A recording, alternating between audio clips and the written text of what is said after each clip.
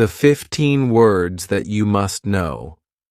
If you know these 15 words, you can speak fluent English, and once you know them, you're able to speak them. Your English is amazing, so practice all these 15 words with me. Now I have homework for all of you. Hello, everybody. How are you all? Hope you're doing great. So, welcome back to another session of learning English, improving your English, and speaking skills. Well, today's lesson is going to be another awesome lesson because today I'm going to tell you about these 15 words that you must know to speak fluent English. So, if you know these words, if you know them, your English will become amazing, and you will be able to speak fluent English. Why? Because we need words to speak in English. Now, today I have included such words which are used in a lot of spoken English. These words are not such words where you're just learning them, and they are used only in written English or highly formal English. No, these words are something that is a part of your advanced English, yet they are used in everyday conversations, and they're used a lot in day-to-day life. So these words will make you speak fluent English. Are you all ready for this? I'm Connor, your certified English language teacher, computer certified by the University of Cambridge, the UK. And before beginning, please subscribe to the channel so that you can get all the lessons that I post for you on this channel. Please like the video and share it with your friends too.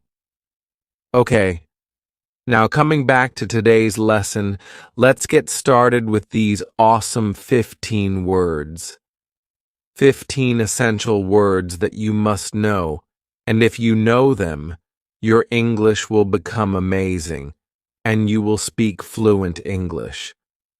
So, let us begin with all the 15 words. Let's get started.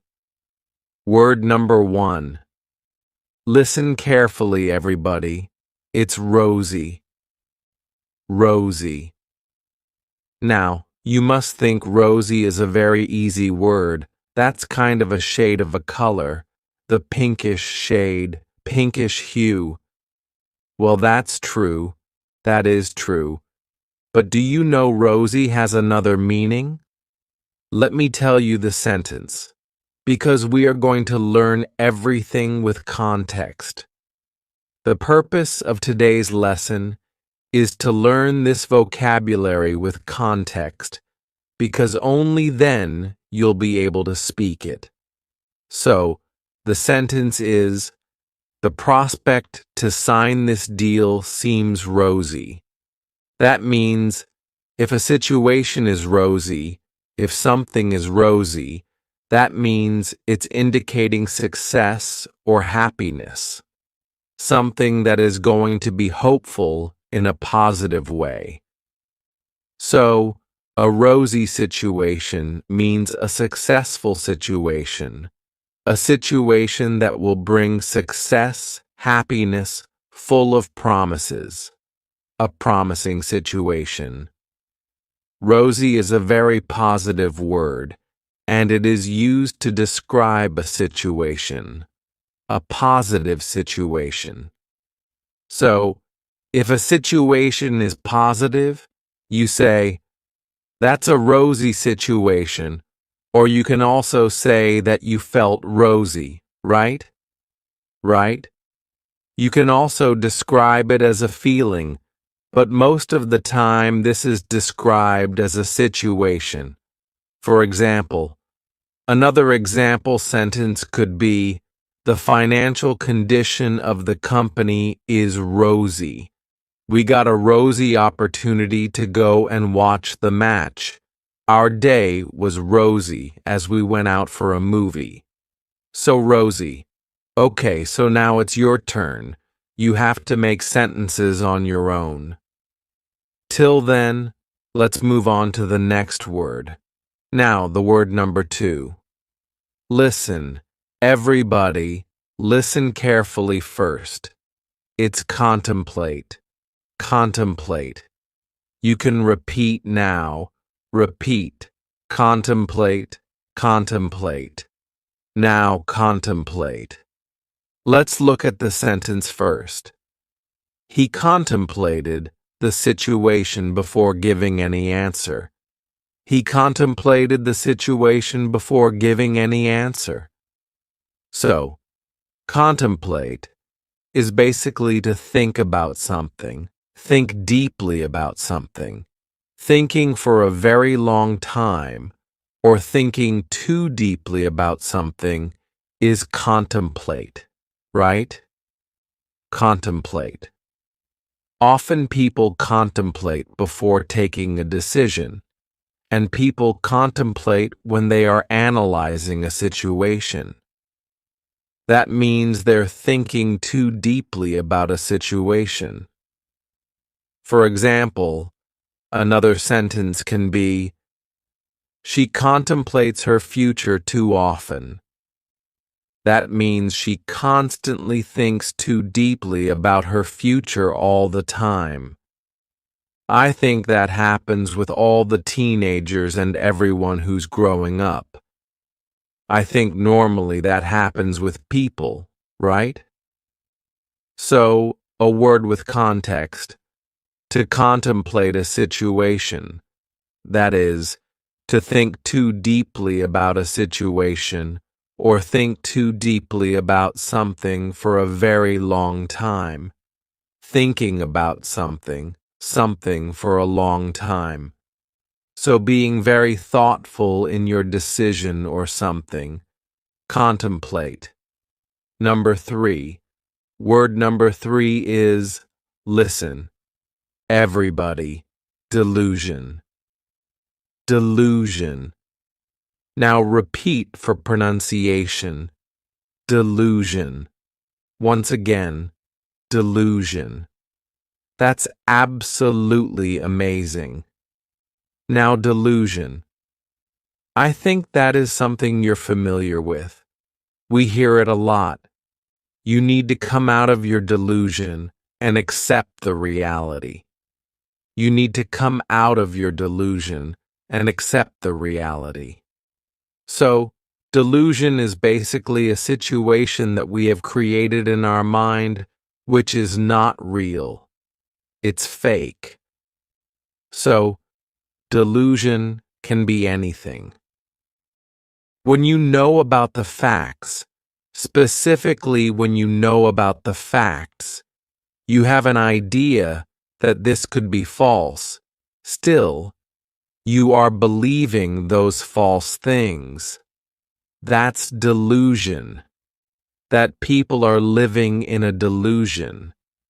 So that is like, if a person knows that the prospect of that person getting promoted is kind of non-existent, like there are not many chances because there are other contenders who performed better, yet still this person is thinking, no, I will get promoted, even after knowing that the other contenders performed better. They are not accepting the reality and are living in this delusion that I'm going to get promoted. That is kind of delusion. You know the facts, yet you want to live in that fantasy or the fake world that you have created. That is delusion. So yeah, you use this word now correctly. That is delusion. Another sentence could be, he's being delusional to think that he will get promoted. He is being delusional to think that he will get promoted. So delusional is basically an adjective you're using, and delusion is the noun. Same word, but different versions. So we know that we can use a word in many ways.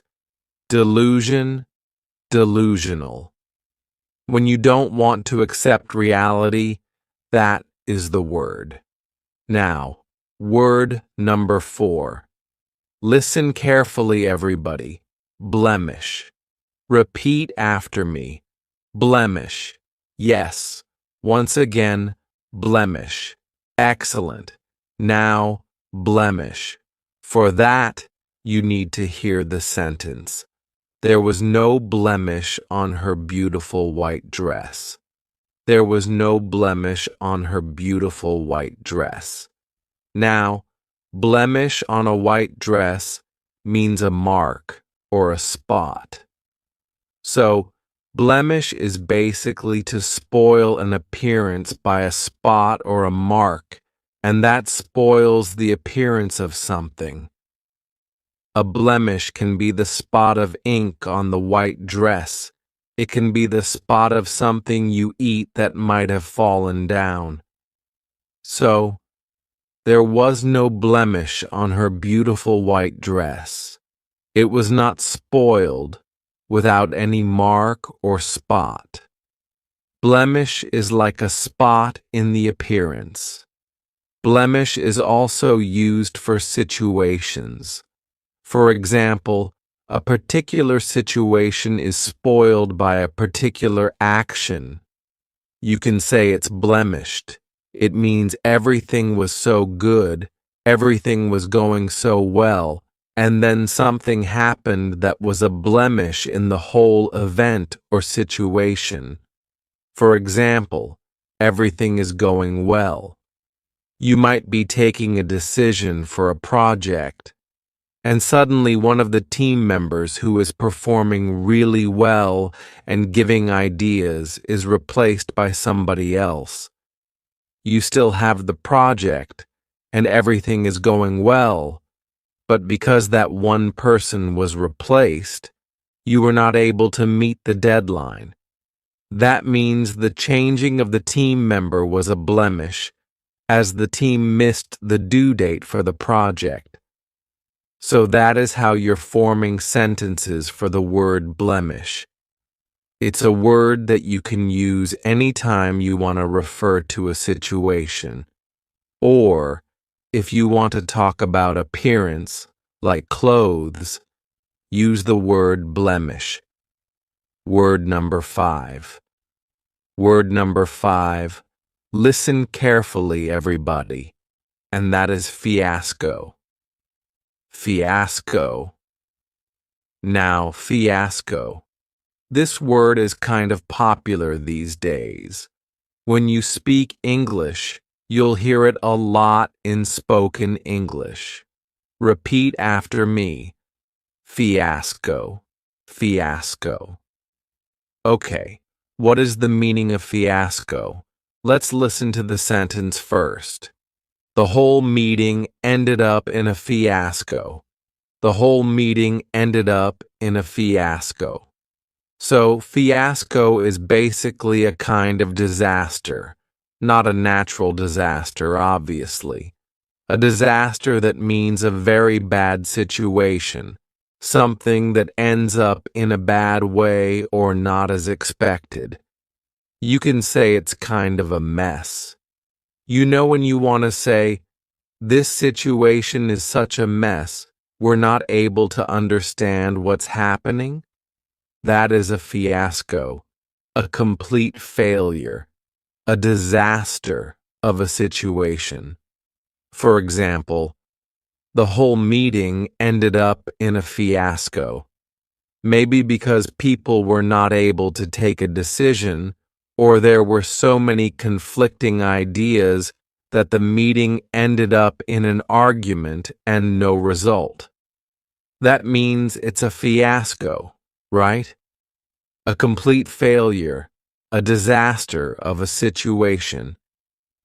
It's used a lot in business English. It's used a lot to describe a situation, anything that is happening, and you want to describe it. Use the word fiasco.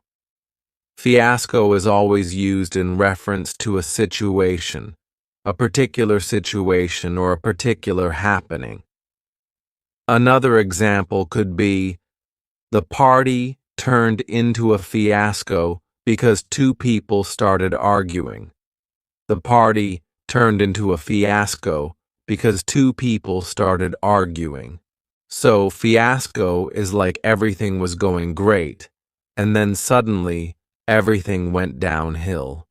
Everything was a mess. That is fiasco. Next word. Word number 6. Word number 6. Listen carefully, everybody. It's an easy word, root.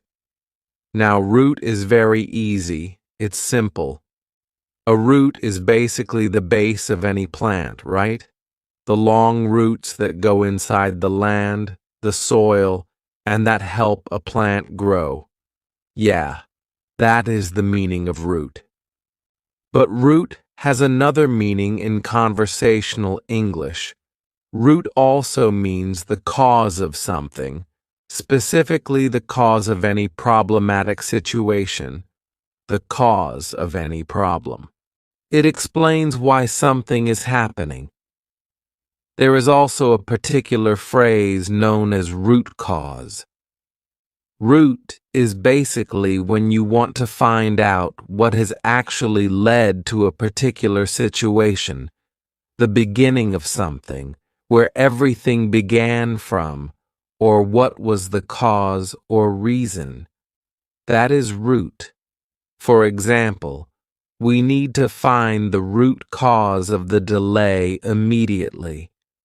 Let's organize a meeting to discuss the root of this particular issue. So, the root of the issue means the cause of the issue. What is causing this particular issue? Root cause is a phrase we use a lot. Root means the base or the cause of a particular issue, situation, or problem. Word number 7. Listen carefully, everybody. Word number 7 is exaggerate. Exaggerate. Now repeat after me. Exaggerate. Remember, there is a double G in the spelling, but we do not say the G sound. Exaggerate. What is exaggerate? Do not exaggerate the situation by adding unnecessary details. Exaggerate means to make something seem larger than reality, kind of magnify the thing. For example, you bought something, and you're going to exaggerate the price of that particular thing, saying, I bought it for this much, or I bought it from this exclusive place. That is exaggerating the matter. You attend an event and share details about it that are not true. That's exaggerating. It means you're adding something beyond the reality. For example, you stayed in a 3-star hotel on your vacation, but you tell everyone you stayed in a 5-star hotel. That's exaggerating the truth. Another example could be, stop exaggerating about the party you attended, or stop exaggerating the details of this project. Exaggerate means to add details and make things seem more magnificent than they actually are. Word number 8. Word number 8 is euphoria. Repeat after me. Euphoria. Once again, euphoria. Euphoria. The team felt a sense of euphoria after winning the match. Euphoria means to feel extremely happy about something. A sense of happiness, achievement, or excitement arising from a particular situation. For example, the students were euphoric to know their results. Or, my friend was caught up in euphoria after getting admission into her dream college. Euphoria is the feeling of extreme happiness you experience because of achieving something great.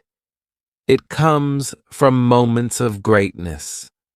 For example, winning a match, getting admission to your dream college, or receiving excellent results after an exam. All of these situations can be described as euphoric, where you feel like you're on top of the world. Word number 9. Word number 9 is futile. Now repeat after me. Futile, futile. All her efforts to make the project were futile as it rained heavily the next day. Futile means useless. Futile means that whatever you've done is useless, not of any use, and kind of went in vain, efforts that serve no purpose. For example, your efforts for this project will become futile if you do not add more members to your team. Or, if you don't submit this assignment by the deadline, your assignment will become futile. This means the assignment will be useless because the teacher might not accept it after the due date. Futile refers to something that has become useless, or a situation that is purposeless. Word number 10. Word number 10 is inevitable. Repeat after me. Inevitable, inevitable. The appointment of the new CEO was an inevitable decision. Inevitable means something that you cannot avoid at any cost, something that is bound to happen. For example, some things in life are inevitable. Some things are bound to happen, and you have no control over them. Inevitable. Inevitable describes something that cannot be stopped or avoided. It is bound to happen. Often we use it for situations where we know the outcome is certain or unavoidable. For example, the appointment of a new CEO was an inevitable decision. This could be due to the retirement of the current CEO or a pressing need for change. Working extra hours is inevitable if we are going to take up this project. Here, it is clear from the beginning that additional effort will be required. Inevitable applies to events, decisions, or outcomes that are required or unavoidable regardless of the circumstances. Charisma. Charisma refers to the power to influence or attract people in a positive way. It's a trait often found in great leaders or influential personalities. For example, there's a charisma in the way she talks. This means her manner of speaking draws people to her. He has such a charismatic personality. This describes someone who naturally inspires or influences others. Charismatic individuals possess an undeniable charm, making others want to listen to them or follow their lead. For instance, many world leaders or successful entrepreneurs are described as having charismatic personalities, which contribute to their ability to lead or create significant change. Lure means to attract someone into doing something by offering them something appealing in return. It can also refer to the charm or appeal of a place or object. For example, she was lured into accepting the job due to a high salary package. Here, the attractive offer of a high salary convinced her to take the job. They launched a new advertisement campaign to lure customers. Advertisements often act as a lure, offering promises like soft skin, glowing skin, or other benefits to attract consumers. Lure can also describe the charm of a place, as in, the lure of the city lies in its green forests. This highlights the city's natural beauty as its main attraction. A practical example of lure is how advertisements work, especially for children. A child might see a toy commercial and feel irresistibly drawn to it, persuading their parents to buy it. This kind of attraction or persuasion, often by offering something desirable, is what lure encapsulates. Word number 13. Listen carefully, everybody. The word is wary. Repeat after me. Wary, wary. Now, this is not very, as in very much. No, it's wary with W-A-R-Y, as you can see. What is the meaning? Let me give you an example sentence for that. She was wary of traveling by public transport at night.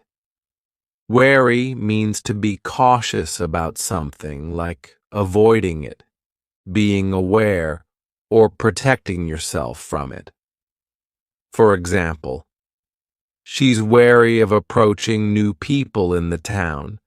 This could describe a person who has just moved to a new town, maybe for a job, and feels cautious about approaching others because they don't know how people might react. Wary can also mean you don't completely trust a situation or a person. For example, you should be wary of strangers who offer you something to eat. This is a kind of proverb or advice often given to children for their safety.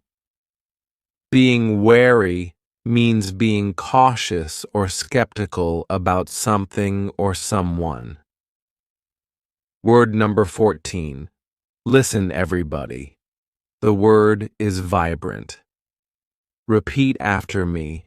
Vibrant, vibrant. The painting was full of vibrant colors. Vibrant means bright and full of life. It can also refer to being full of excitement, energy, or enthusiasm.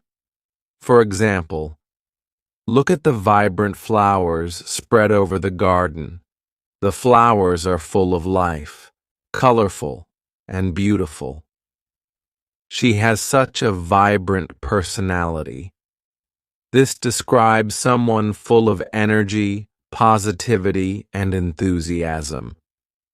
Vibrant applies to situations, personalities, or objects that are lively, energetic, or colorful.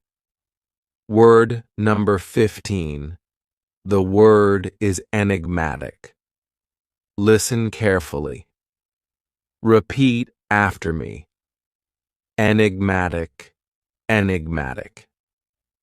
We participated in a treasure hunt, which was an enigmatic experience for us. He has an enigmatic personality. She's kind of an enigma to everybody. Enigmatic means mysterious, something or someone with an aura of mystery. For example, introverts with great personalities are often considered enigmatic because they keep to themselves but still exude intrigue. The novel is full of enigmatic situations where you want to know what's going to happen next. The character of Edward Rochester in Jane Eyre is shown as having an enigmatic personality, full of mystery and complexity. Enigmatic refers to anything that feels mysterious or puzzling. These were all the 15 words you must know to speak fluent English. Practice these words and create 2 sentences for each as homework to solidify your learning. Keep practicing, keep learning, and I'll meet you again with a new lesson. Till then, take care everyone, and bye. Now let's talk with AI partner. You need to click on Start Speaking. Hello? So let's listen to the question first. How interested are you in learning about what people do in their day-to-day life in other countries? Oops, the timer is up. Hello everybody, how are you all? Well, are you ready for your AI English speaking partner? Today I have an app recommendation for you, an AI-powered robot that is going to speak with you in English. You can use this particular AI to improve your English significantly. It is free of cost and easy to access. A trusted AI that will be your own English-speaking partner. I'm Connor, your CELA certified English language tutor, certified by the University of Cambridge, the UK. You're watching 24/7 English. Before beginning, please subscribe to this channel because you'll get all the video lessons related to English here. Also, like the video and share it with your friends. Coming back to today's lesson, it's about the AI-powered robot that will speak with you in English. This is basically an app, an AI designed by the University of Cambridge. Since it's designed by Cambridge University itself, it is a very trusted AI model through which you can improve your English and have a conversation partner for yourself. Now, I know this is a big dilemma for everybody. You don't get a partner to practice speaking English with. So, what to do? How to practice your English speaking skills for a conversation. This app is going to solve that problem. Yes, this particular AI talks to you in English. Do you know what? I'm going to give you a short demo on how to access it, how to use it, and what all features it offers. Are you ready to witness it? Let's begin. You'll see everything related to the demo on the left-hand side of your screen. The name of the website we are going to use today is Speak and Improve. Yes, it is a website, not an app. This AI is available openly on a website, which is completely easy to access. You don't have to download anything, and you don't need to make an account. It's a totally account-free website. That's the great part.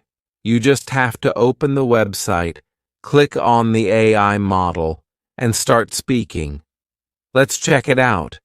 Simply type Speak and Improve into your browser. You'll find the website right here. The recognition point of this website is its symbol. It's not written, just represented in the form of a symbol. Click on it.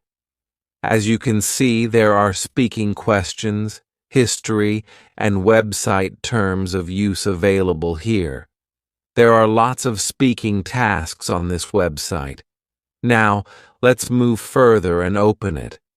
If Cambridge English isn't displayed at the top of the website, then you're on the wrong website.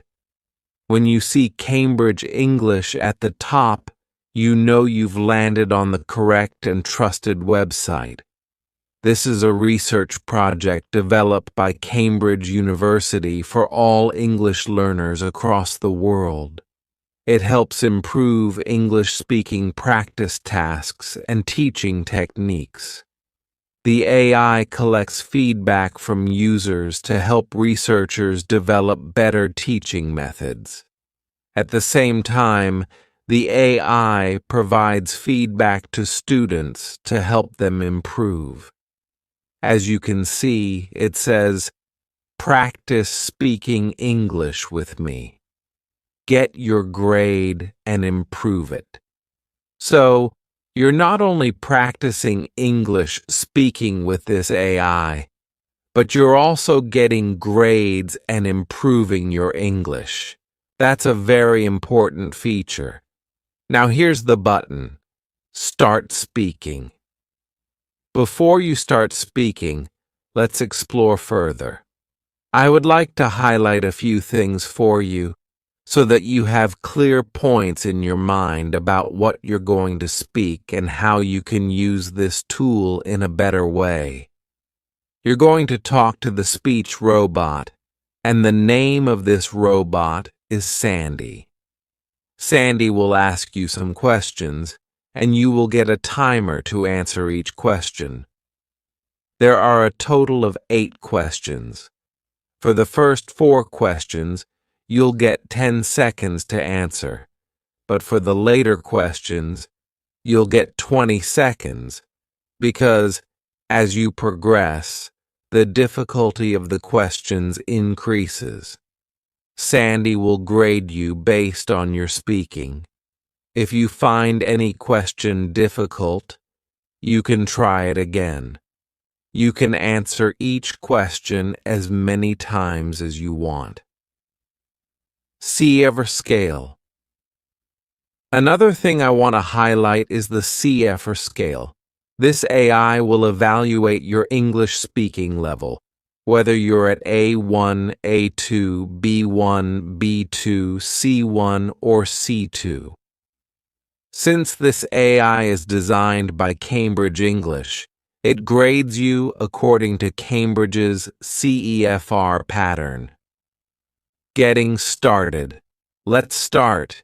You need to click on the Start Speaking button. Hello, hello. This step ensures that the AI can hear you. Hi, Sandy. Hi there. Now let's talk with Sandy today. Different levels and parts. There are different parts of the test, and each part has 8 questions. You'll get plenty of speaking opportunities. The levels progress from easy to difficult, so you'll gradually advance in complexity. Let's begin with Part 1. Example. Question. What's your name? You can listen to the question again by clicking the replay button. What's your name? Now click on the Start Speaking button to record your answer. Hi, Sandy. Hi there. My name is Connor, and sometimes people call me Shivangi Mom too. Once your answer is recorded, you can listen to it. Hi, Sandy. Hi there. My name is Connor, and sometimes people call me Shivangi Ma'am too. You can check your answer for mistakes and see if you're satisfied. If not, click Try Again to record your response again. Moving to more difficult questions. Let's take a difficult question to show you how it works. For the sake of this demo, I'm skipping the earlier questions. However, in the actual test, you won't be able to skip any questions. Question 5. How interested are you in learning about other countries? Let's answer this question. I'm very interested in learning about other countries. The word culture fascinates me.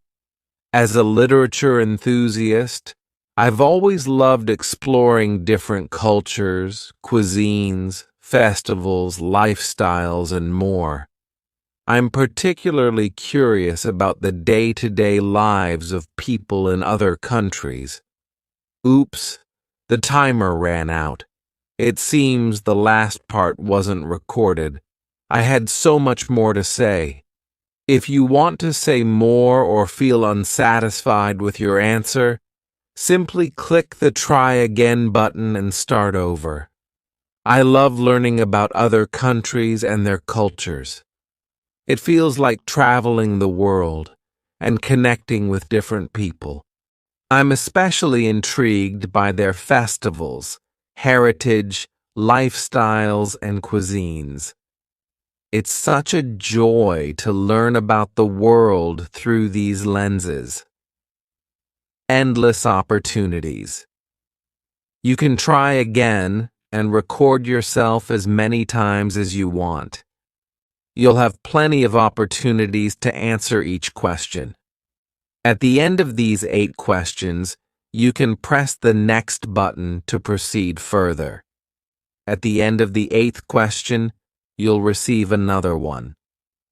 After completing the set, this AI will process your information and grade you. It will determine your level, whether you are at B1, B2, C1, or C2. Once your level is assessed, you can move on to the next part, which will be more challenging. The next part will include longer and more complex questions, providing you with a greater challenge. This process gives you the opportunity to practice speaking English and having meaningful conversations. So, take up this question and answer series with Speak and Improve to enhance your English speaking skills. I hope you enjoyed learning about Sandy, the AI robot designed to help you practice English.